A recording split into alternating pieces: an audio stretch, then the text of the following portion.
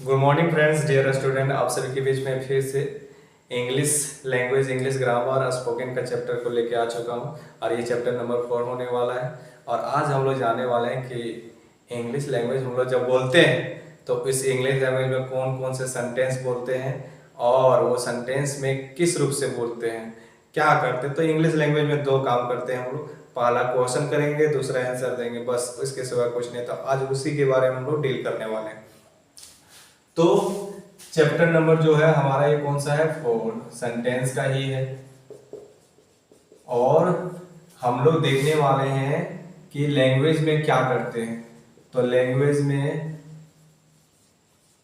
English language में हम लोग जो है या कोई भी लैंग्वेज हो उसमें दो कार्य करते हैं। पहला क्या करते हैं, क्वेश्चन करते हैं। और फिर क्या करते हैं, जब क्वेश्चन कोई पूछता है तो हम लोग उसका आंसर देते हैं। तो ये दो कार्य को हम लोग को बहुत अच्छा से समझना है। क्वेश्चन करने का तरीका जो है बच्चों वो 4 है और आंसर देने का तरीका जो है वो 2 है। तो ये 4 के बारे में आज डील करेंगे और ये 2 के बारे में, और देखेंगे किस तरह से क्वेश्चन किया जाता है, आंसर दिया जाता है। तो 4 जो है क्वेश्चन करने वाला, जो 4 है क्वेश्चन करने वाला, वो चारों का नाम देख लेते हैं पहले। तो पहला है इंट्रोगेटिव सेंटेंस, इसे कहते हैं इंट्रोगेटिव सेंटेंस है पहला। और जानते हैं हिंदी में ये क्या से आपको देखने को मिलेगा। दूसरा है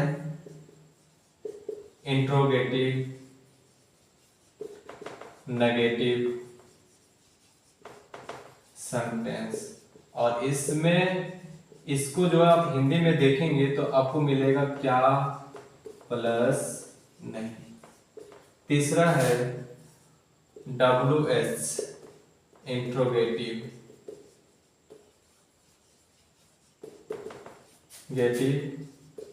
सेंटेंस, और इसमें जो आपको WH वर्ड मिलेगा। चौथा है WH इंट्रोगेटिव नेगेटिव सेंटेंस। सबसे ज्यादा इसमें भी WH में देखने को मिलेगा। कुछ WH को लिख देते हैं ताकि आप समझ जाए कि कौन सा WH के बारे में बात कर रहे हैं।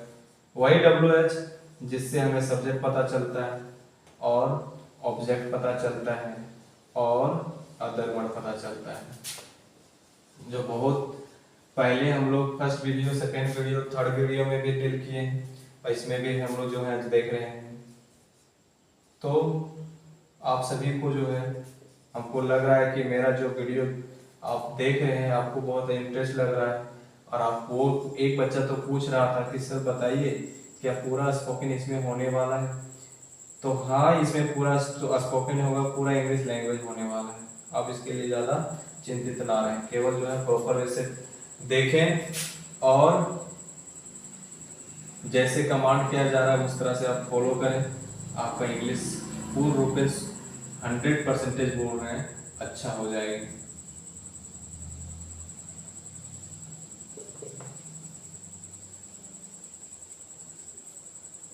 ये सब है WH वर्ड। कुल मिला के हम लोग मेन देखेंगे तो इस तरह से 9 मिलता है।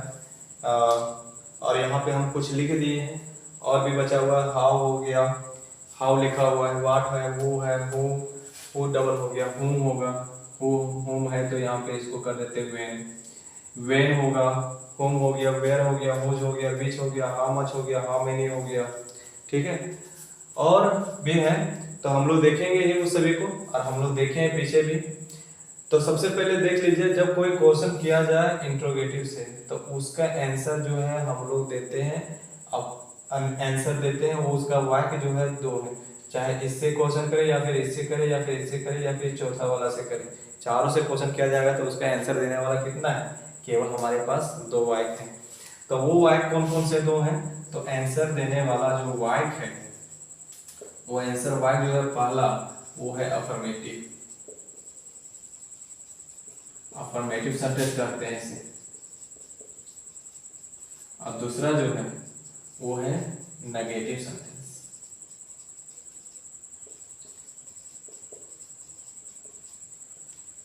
और ये चीज है आपको हम बता देना चाहते हैं कि जब इंट्रोगेटिव और इंट्रोगेटिव नेगेटिव से क्वेश्चन किया जाएगा तो आप समझ जाइए कि उसका आंसर एस नो में हम सिंपली दे सकते हैं। जैसे हम पूछ लेते हैं आर यू गुड स्टूडेंट, तो आप लोग जवाब देंगे यस सर, या फिर आप लोग ये भी बोल सकते हैं yes sir I am good student. तो इसमें इंट्रोगेटिव सेंटेंस में, इंट्रोगेटिव नेगेटिव सेंटेंस में जब पूछा जाए क्वेश्चन तो आपको जो है ना ही सब्जेक्ट को देखना है, ना ही ऑब्जेक्ट को लाने की जरूरत पड़ेगा, ना ही अदर वर्ड। लेकिन जब WH interrogative sentence, WH interrogative sentence पे आएगा तो उससे क्या हमें लैंग्वेज में बोलना चाहिए, क्या हमें आंसर देना चाहिए, तो उसमें जो हो सकता है सब्जेक्ट के बारे में पूछे, या फिर ऑब्जेक्ट के बारे में पूछे, या फिर अदर वर्ड के बारे में पूछे। तो पूर्ण रूप में उसमें जो है एक विवरण के रूप में हम लोग आंसर देते हैं। तो ज्यादातर किताब में क्वेश्चन आंसर जो होती है वो हमारा WH इंट्रोगेटिव सेंटेंस में ही होती है, और उसका हम लोग जो है एक्सप्लेन करते हैं, पूरा डील करते हैं और बताते हैं। जैसे एक लेते example, where are you going, क्या पता चला यहाँ पे वेयर का क्वेश्चन पूछा रहा है, जगह के बारे में, मतलब अदर वर्ड के बारे में। तो I am going to market, कोई पूछ दे why are you going to market, तो यहाँ पे वाई भी क्वेश्चन पूछा, तो ये किसका जवाब देंगे, अदर वर्ड का ही है। I am going to market to buy vegetables, अगर कोई पूछे हमें सब्जेक्ट के बारे में, who teach you English best, तो तुम जवाब से आप लोग जवाब दे सकते हैं my teacher teach English best. Object के बारे में जैसे जवाब लेना है, पूछे whom do you beat every day, आप प्रत्येक दिन किसको पीटते हैं, I beat my brother every day, मैं अपने भाई को प्रत्येक दिन पीटता हूँ। तो ज़्यादातर जो है ऐसा ही देखने को मिलता है, छोटा छोटा बच्चे जब लड़ते हैं तो क्या करते हैं, दोनों भाई आपस में ही लड़ते भी हैं। तो ये चीज़ को समझें। तो ज़्यादातर जो है क्वेश्चन पूछने का तरीका जो है WH इंट्रोगेटिव नेगेटिव में, इसमें टफ हो गया, लेकिन इसमें बहुत सिंपली से हम लोग निकल सकते हैं। Have you pen, yes I have pen, simple निकल गया। हैव यू बोतल्स, यस आई हैव बोतल, या फिर सिंपली एस नो पे हम लोग बोल सकते हैं। जैसे are you my best friend, no, simple निकल गया नहीं। और जैसे हम दे सकते हैं are you at home, yes I am at home, तो पूरा सेंटेंस में बोल सकते हैं।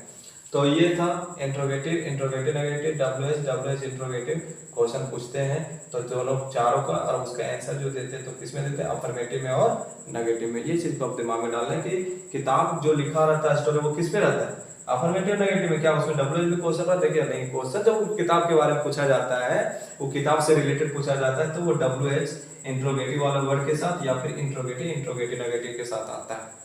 ये चीज को आप दिमाग में रखें।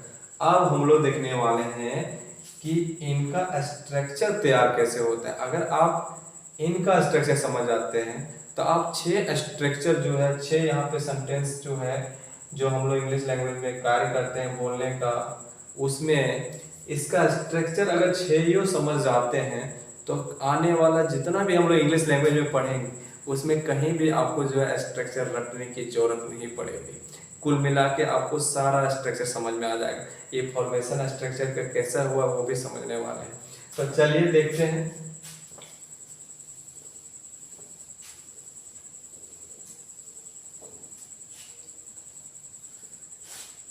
लैंग्वेज हम लोग जो है इंग्लिश का सीख रहे हैं, तो क्या कर रहे हैं, हिंदी से सीख रहे हैं, हिंदी भाषा से सीख रहे हैं।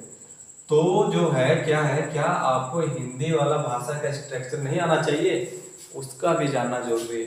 अगर आप वो समझ जाते हैं तो ये समझिए कि आपको जो है हिंदी में कोई वाक्य को कहाँ सेट किया जाता है वो आप आसानी से समझ पाएंगे, और आपका जो हिंदी का लिखावट बहुत अच्छी हो जाएगी। तो हिंदी का स्ट्रक्चर और इंग्लिश का स्ट्रक्चर, इसमें भी 6 स्ट्रक्चर देखेंगे, इसमें भी 6 स्ट्रक्चर देखेंगे।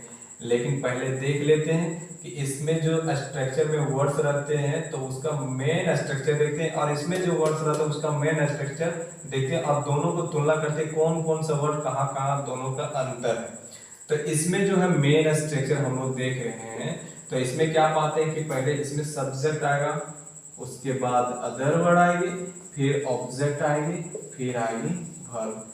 और इसमें अगर देखेंगे मेन स्ट्रक्चर, तो इसमें जो आएगा पहले वो आएगा सब्जेक्ट, वर्ब आएगा, उसके बाद ऑब्जेक्ट आएगा, फिर जो आएगी वो क्या आएगी, अदर वर्ड आएगी।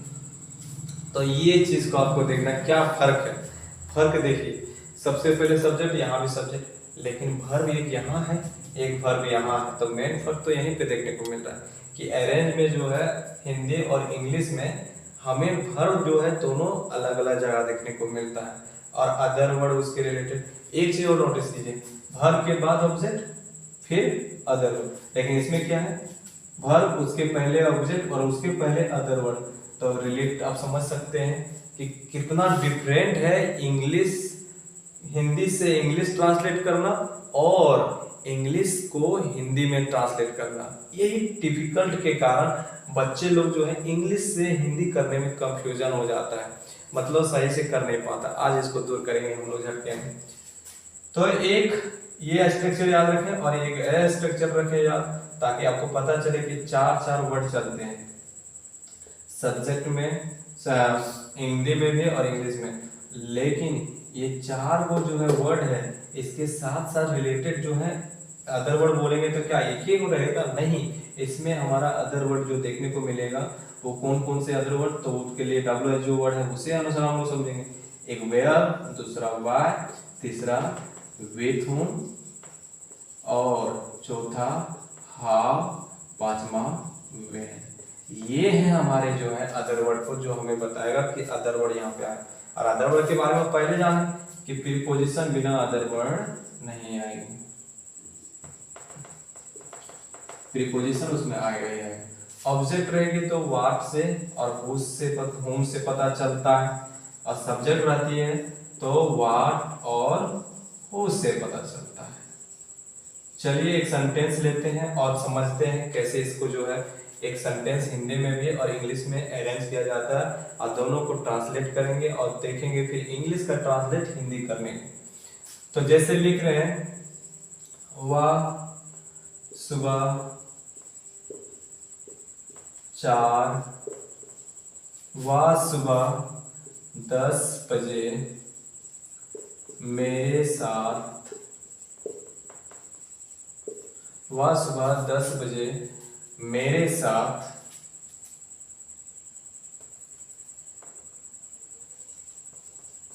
नहीं आता, मेरे साथ नहीं पढ़ता है। एक छोटा सा, तो यहाँ पे क्या देखने को मिला, सब्जेक्ट सुबह 10 बजे, अदर वर्ड यहाँ तक 10 बजे, मेरे साथ अदर वर्ड, नहीं तो नेगेटिव है ये, और पढ़ता है घर। इसमें ऑब्जेक्ट नहीं है, इसमें ऑब्जेक्ट डाल सकते हैं, वह सुबह 10 बजे मेरे साथ किताब नहीं पढ़ता है, तो यहाँ पे ऑब्जेक्ट। और नहीं जो है वो हमेशा वर्ब से पहले रहे, ऑब्जेक्ट के बाद वर्ब से पहले। तो वह सुबह 10 बजे मेरे साथ किताब नहीं पढ़ता। अब इसका ट्रांसलेट करते हैं इंग्लिश में, he does not read book with me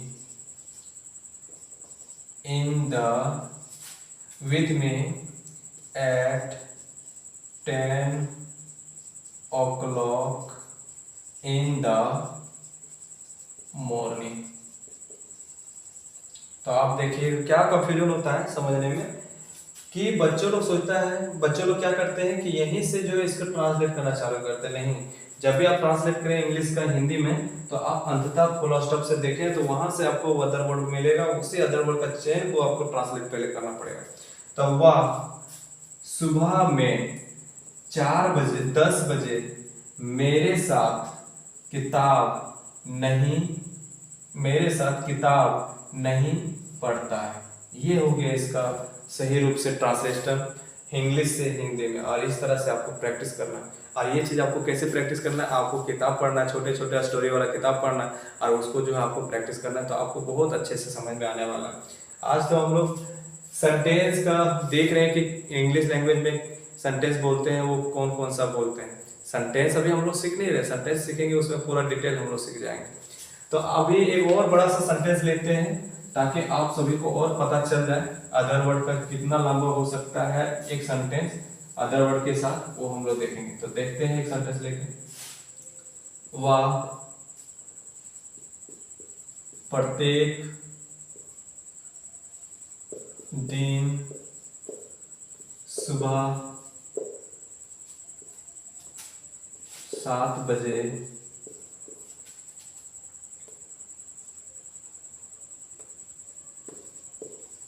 पढ़ने के लिए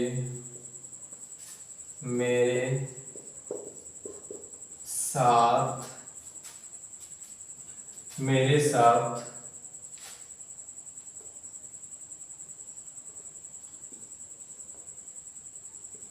पिपचो चौक के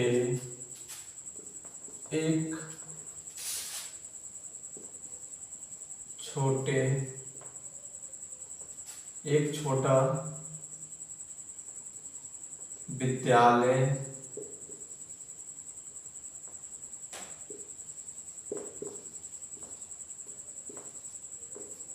में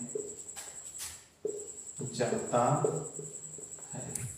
अब देख सकते हैं कि कितना एक लंबा सेंटेंस है ये, और इसी सेंटेंस को आपको जो है बहुत ज़्यादा जरूरी है इसी तरह से सेंटेंस में प्रैक्टिस करना, ताकि आप जो है बहुत बेहतर इंग्लिश ट्रांसलेशन कर सकते हैं, क्योंकि स्टोरी में जो है इसी तरह से ज़्यादातर देखने को मिलता है। और देखते हैं कैसे इसको ट्रांसलेट किया जाता है। तो पहले इसको समझ लेते हैं कि कैसे सब्जेक्ट है, ऑब्जेक्ट है, अदर वर्ड। हम बोले थे कि हिंदी में पहले आता है सब्जेक्ट, फिर आता है अदर वर्ड, फिर ऑब्जेक्ट, और फिर आता है हमारा क्या, आता है हमारा वर्ब। और एक चीज आप समझिए कि अदर वर्ड का जो वर्ड था where, why, with whom, when, how और when, where, why, with whom और हाउ, व्हेन।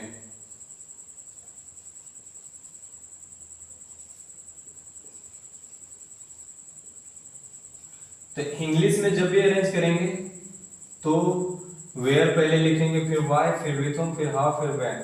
लेकिन जब हिंदी में अरेंज करेंगे तो पहले लिखाएगा व्हेन, फिर हाउ, फिर विथ whom, फिर वाई, फिर वेयर। ये सटीक होता है। लेकिन हम लोग क्या करते हैं, जहां तहां भी यूज करके हम लोग भाषा बोलते हैं तो वो सटीक नहीं मीनिंग निकल पाता है। लेकिन इस तरह से आप करेंगे तो ये शुद्धता सही है। तो जैसे देखिए, वाह, पहले सब्जेक्ट आया, फिर प्रत्येक दिन, तो पहले क्या आया हिंदी में, टाइम आया, सुबह 7 बजे, वही टाइम। टाइम में भी देखिएगा हिंदी में पहले बड़ा समय, फिर उससे छोटा, फिर सबसे छोटा, 3 समय यहाँ पे यूज किया गया है। हाउ कैसे, तो यहाँ पे निर्धारित नहीं है। विथ whom किसके साथ, मेरे साथ, यहाँ पे दिया गया है मेरे साथ। तो यहाँ पे जो है पहले होगा वह सुबह 7 बजे मेरे साथ, मेरे साथ, मेरे साथ पढ़ने, मेरे साथ पढ़ने के लिए। तो पहले क्या होगा विथ, फिर क्या होगा वाई, फिर क्या होगा वेयर। तो यहाँ पे देखिए वाई, तो पढ़ने के लिए कहाँ, पिपचो चौक के एक छोटा विद्यालय में क्या करता है, जाता है, कार्य यहाँ पे लास्ट में घर। तो घर, फिर क्या मिला, कहाँ, एक वेयर वाला अदर वर्ड, फिर वाई, फिर मिला हमें मेरे साथ विथ whom वाला, फिर मिला हमें समय। हम जानते हैं कि ये टफ है, लेकिन अगर आप इसे 2-3 बार देखेंगे और समझने के प्रयास करेंगे तो आपके लिए ये इजी हो जाएगा। तो आप इसे डर नहीं जाइए, इसको देख के आप इसे समझने की कोशिश कीजिए, क्योंकि अगर इसको आप देख के डर जाते हैं तो आपका इंग्लिश नहीं सुधार होने वाली। तो अब इंग्लिश इसको करते हैं। तो पहले क्या लिखेंगे, पहले subject, he goes to, he goes to, he goes to in a small a school of Pipcho Chowk। In a small school of Pipcho Chowk. पहले आ गया वेयर वाला, फिर आएगा वाई, टू रीड, फिर विथ होम, तो किसके साथ? मेरे साथ, विथ मी। फिर आएगा हाउ, कैसे है नहीं, लेकिन समय है प्रत्येक दिन सुबह 7 बजे। इंग्लिश में जब भी समय लिखेंगे, अगर 2-3 समय रहता था, पहले छोटा समय, उसके बाद उसका बड़ा, फिर उसके बड़ा। तो पहले हुआ यहाँ पे at 7 o'clock in the morning every, प्रत्येक दिन है तो एवरी डे। तो आप सभी समझ गए होंगे बहुत अच्छे से कि किस तरह से जो है एक इंग्लिश का ट्रांसलेशन यहाँ पे अदर वर्ड के साथ हम लोग जो है एक लंबे सेंटेंस बना रहे हैं। और इसमें आप देख सकते हैं कि लास्ट में हमारा समय अदर वर्ड रहता है, उसके बाद हमारा जो है यहाँ तक समय था, विथ होम वाला अदर वर्ड रहता है, फिर रहता है वाई वाला, फिर रहता है जगह वाला। तो जगह वाला जो है हमारे लेंदी हो गया, और इसके बारे में आपको पहले बता दिए।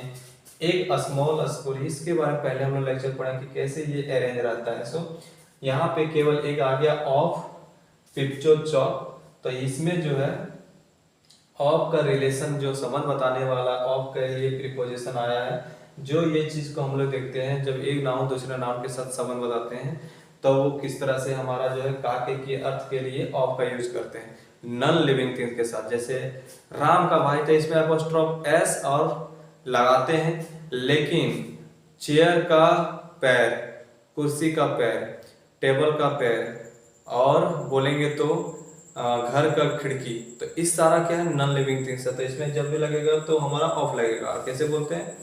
द विंडो ऑफ हाउस, ऐसे बोलते हैं। तो यहाँ भी वैसा ही, तो यहाँ भी वैसा ही दिया हुआ है, किसका?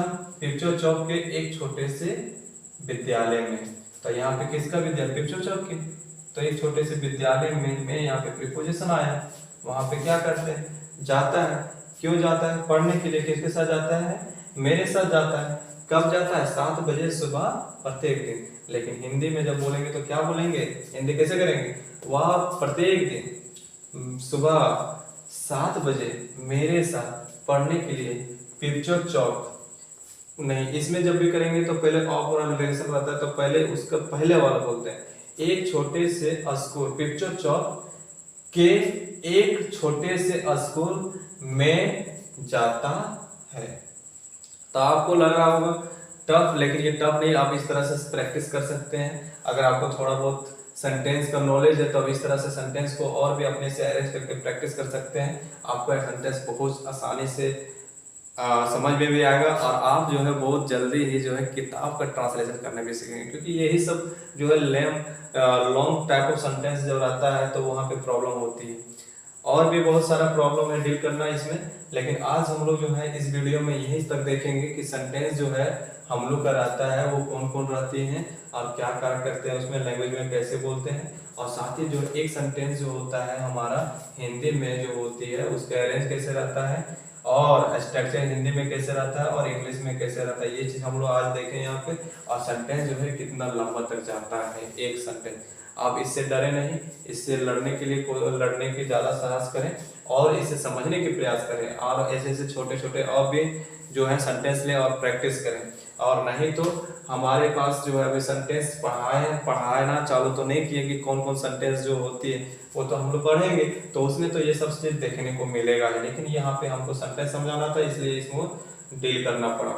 कल के वीडियो में हम लोग देखेंगे चैप्टर 5, जिसमें हमें देखना है सेंटेंस का स्ट्रक्चर, अफर्मेटिव का हिंदी में भी, इंग्लिश में भी, नेगेटिव का भी, इंट्रोगेटिव नेगेटिव का भी, और डब्ल्यूएच इंट्रोगेटिव नेगेटिव को। और चलिए इस वीडियो में अंततः आप सभी को धन्यवाद। अगर आपको मेरा स्टडी, मेरा टीचिंग जो है आपको पसंद आ रहा होगा, आप पसंद कर रहे होंगे, आपको लगता है कि हमें जो और आपके लिए कोशिश करना चाहिए और भी जो है आपके लिए बेहतर करना चाहिए, तो आप जो है मुझे सपोर्ट करें। आप अपने सब्सक्राइब के माध्यम से और शेयर के माध्यम से और लाइक करें और कमेंट्स करें, ताकि हम आपके डॉट को और क्लियर करें। एक बच्चा पूछा था क्या सर आप जो है पूरा स्पोकन जो है कोर्स आप अवेलेबल करवा रहे हैं इस पे यूट्यूब पे। तो आप सभी को बता देते फुल स्पोकन कोर्स होगा ही, और इंग्लिश लैंग्वेज का पूरा निचोड़ मिलेगा आप सभी को। आप इसके लिए ना फिक्र रहें।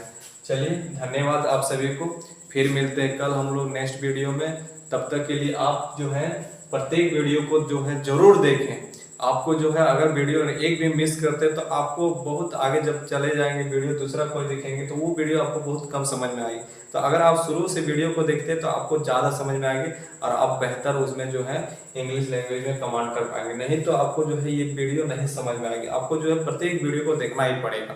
तो चलिए धन्यवाद, आज के लिए यहाँ तक ही हम लोग रखते हैं।